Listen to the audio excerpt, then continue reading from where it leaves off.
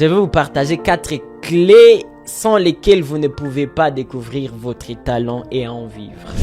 Je vais vous amener à comprendre que peu importe les talents que vous avez, peu importe la compétence que vous avez, s'il y a une compétence qui couronne toutes les autres, s'il y a un talent qui couronne tous les autres talents, c'est l'art de parler. «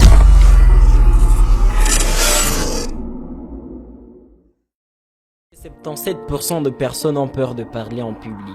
Selon une étude, c'est plus que la peur de la mort. Ce n'est pas juste une statistique, c'est une réalité douloureuse. Et cela a été ma réalité aussi. J'ai commencé à parler en public en 2016. J'ai voulu apprendre l'anglais et dans mon école, il fallait faire une défense publique orale chaque après 3 mois pour accéder au niveau suivant. Et à ma deuxième défense, c'était de l'électrochoc. Pas un choc d'échec, non, mais un choc d'explosion. Ce jour-là, je prends la parole. Je parle avec passion et tous les gens étaient figés. Je me rappelle, le directeur assis dans son coin avec le représentant de la jeunesse du Nord Kivu, tellement que l'atmosphère était haute. Il s'est levé, il a pris le microphone du membre de jury et il est venu auprès de moi. Il parlait en anglais, je parlais en swahili. Il parlait en swahili et j'interprétais en anglais. C'était émouvant. Il m'a soulevé sur ses épaules et a déclaré tout devant tout le monde. Désormais, cet enfant étudiera tout ici gratuitement. Ce jour-là, c'était un miracle vivant. Même les vents soufflaient avec violence comme pour dire quelque chose vient de naître. Je ne me suis pas arrêté par là. Je me rappelle, à la maison, c'était à quelques kilomètres de l'école. Il fallait que je me réveille chaque jour à 5 heures juste pour être à l'école à 6 heures juste. Et mon travail était de passer dans des auditoires, en train de motiver, en train de galvaniser, en train d'inspirer. Et mon slogan préféré ces jours-là était que « Whatever a man has done, a man can do ». Si aujourd'hui je peux parler devant des grands publics, si aujourd'hui je peux bien m'exprimer en anglais, si aujourd'hui je peux être en train de vous enseigner, vous aussi pouvez le faire demain. Alors, 3 mois après, tellement que c'était fatigant, quitter ma maison jusqu'à l'école et aussi avec mon courage, il y a le directeur qui va m'apprécier. Il s'est décidé de m'adopter. C'est ainsi que je suis officiellement devenu le fils du directeur de BTC, Paul Chamazi Bouyana. Mais ce n'est pas fini. J'ai parlé anglais, mais j'étais nul en français. Et à l'école secondaire, je me suis fait humilier, ridiculiser, moquer. Mais vous savez quoi? Aujourd'hui, je parle devant des centaines, devant des milliers de personnes, avec un accent travaillé, avec assurance. Et un jour, je parlais avec mon père biologique. Il me confie que lorsqu'il parle au milieu des hommes, il sait attirer l'attention et convaincre. Vous savez, je vais vous révéler un truc. Les hommes peuvent être 10 rassemblés quelque part et ils savent au milieu d'eux que celui qui est le plus fort entre nous, c'est elle. Nous pouvons être 10 personnes, mais nous allons reconnaître que les plus grands journalistes, c'est Fidel Lumumba. On peut être plusieurs, mais nous allons reconnaître le plus grand photographe, c'est Kindman. Alors, les hommes, quand ils sont ensemble, ils reconnaissent le plus grand. Lorsque mon père me confie cela, j'ai compris que c'est fait, c'est talent, c'est dans mon ADN. Mais pourquoi est-ce que je vous raconte tout ça? Parce que ce que j'ai découvert, je veux que vous le découvriez aussi. C'est fait. Cette chose que vous recherchez depuis longtemps, c'est en vous. Il suffit de le découvrir, il suffit de le comprendre et le canaliser pour que ça soit important pour votre vie. Alors, à partir de mon histoire, je vais vous partager 4 clés sans lesquelles vous ne pouvez pas découvrir votre talent et en vivre. Je vais vous amener à comprendre que peu importe les talents que vous avez, peu importe la compétence que vous avez, s'il y a une compétence qui couronne toutes les autres, s'il y a un talent qui couronne tous les autres talents, c'est l'art de parler.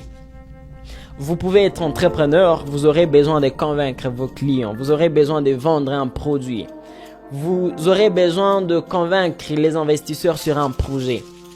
Vous êtes dans le leadership. Personne n'a besoin d'être guidé par quelqu'un qui ne sait pas parler. Alors, l'art oratoire, c'est la clé de la réussite, peu importe votre domaine. La première clé pour découvrir votre talent, c'est que il faut identifier ce que vous faites naturellement sans forcer les choses. Vous cherchez ce que vous êtes appelé à faire. Commencez par ce que vous faites facilement. Vous cuisinez sans lire. Vous parlez et les gens vous écoutent facilement. Vous consolez les autres sans dire grand-chose. Là, vous tenez votre or. Ce que vous faites naturellement, ce n'est pas rien. C'est un indice. Mais vous l'ignorez souvent parce que c'est normal pour vous. Sauf que ce qui est normal pour vous peut être extraordinaire pour le monde. Regardez bien. Qu'est-ce que vous faites quand bien même vous êtes fatigué? Qu'est-ce que vous faites sans transpirer? Et là, vous tenez de l'or. La deuxième clé, c'est qu'il faut écouter ce que les autres reconnaissent en vous. Souvent, les gens voient en vous un génie que vous ignorez. Ils disent, mais toi, tu parlais bien. Tu dois faire ces choses. Tu dois t'engager dans ces domaines. C'est ton truc.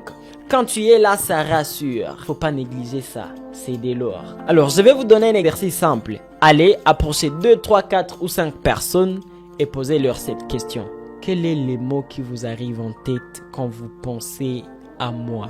Et à la réponse à cette question, vous aurez un fil rouge. Et ce fil rouge peut devenir votre chemin de vie. La troisième clé que je vous partage, c'est que vous devez comprendre que être bon dans plusieurs choses n'est pas de la confusion. C'est la richesse. Il peut arriver que vous vous sentiez bon, que vous sentiez à l'aise dans plusieurs domaines.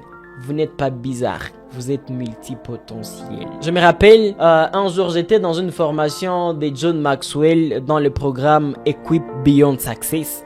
Et une étudiante s'élève, elle dit, non, moi j'ai fait la couture à l'école secondaire, je vends les bijoux, j'aime les médias, caméras et tout ce qui va avec. Elle s'était vue avec le formateur du jour et elle avait eu sa réponse. Quelques jours après, elle va rejoindre ma formation en art oratoire. Un jour, elle me dit que coach, au-delà de tout ce que j'avais dit, je chante aussi très bien. Et elle avait chanté, c'était époustouflant. Et je lui avais dit, tu n'es pas une case, tu es un univers. Alors, il peut arriver que tu sois aussi multipotentiel. Il peut arriver que tu te sentes aussi bon dans plusieurs choses. Je te donne 3 indices, je te donne 3 astuces à mettre en place. 3 choses à utiliser pour t'y prendre. La première des choses, c'est qu'il faut relier tes talents. Par exemple, pour mon étudiante, imaginez la couture, plus les bijoux, plus les médias. Pourquoi ne pas faire une marque personnelle? Pourquoi pas une boutique ou même une chaîne YouTube où tu parles de la mode et du lifestyle? Ça peut se faire. La deuxième des choses, il faut hiérarchiser tes talents.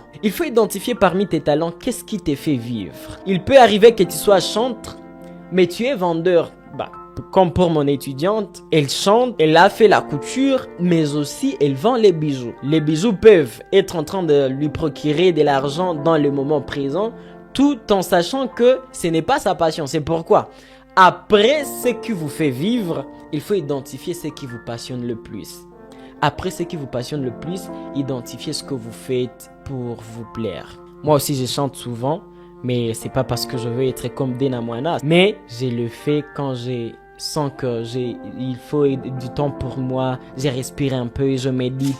Je pense que vous comprenez très bien.